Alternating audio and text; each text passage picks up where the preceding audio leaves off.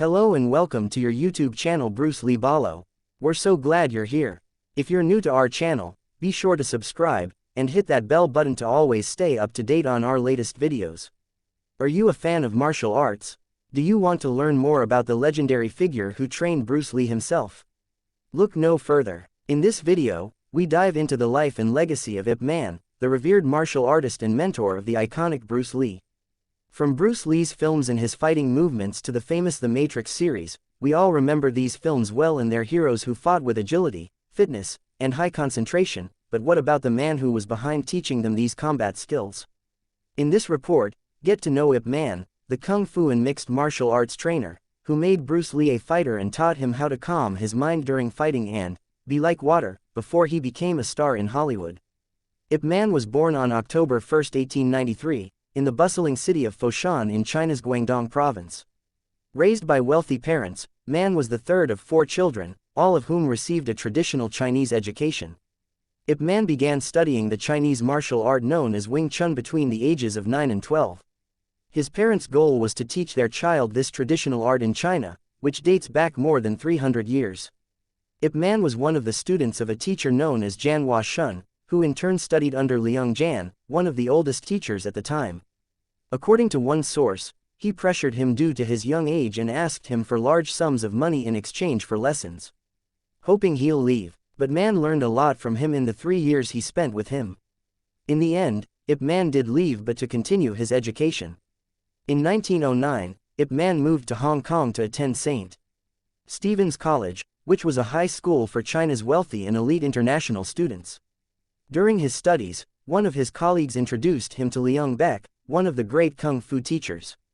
At that time, Ip Man was known among his friends as a strong fighter who had never been defeated by anyone.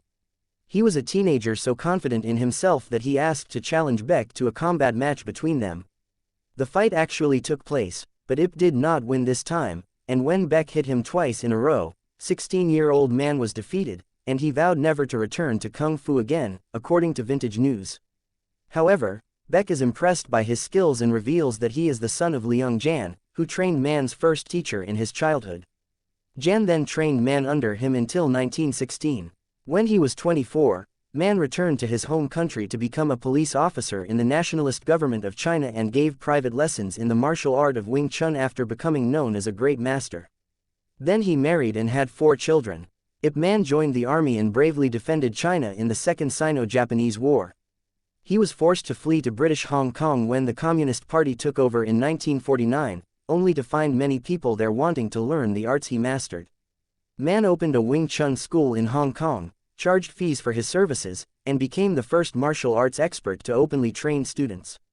Here he met Bruce Lee, who was one of Man's most prominent students, under whom he had studied since 1953. At just 13 years old, Lee was an excellent student and became a master of the art of Wing Chun.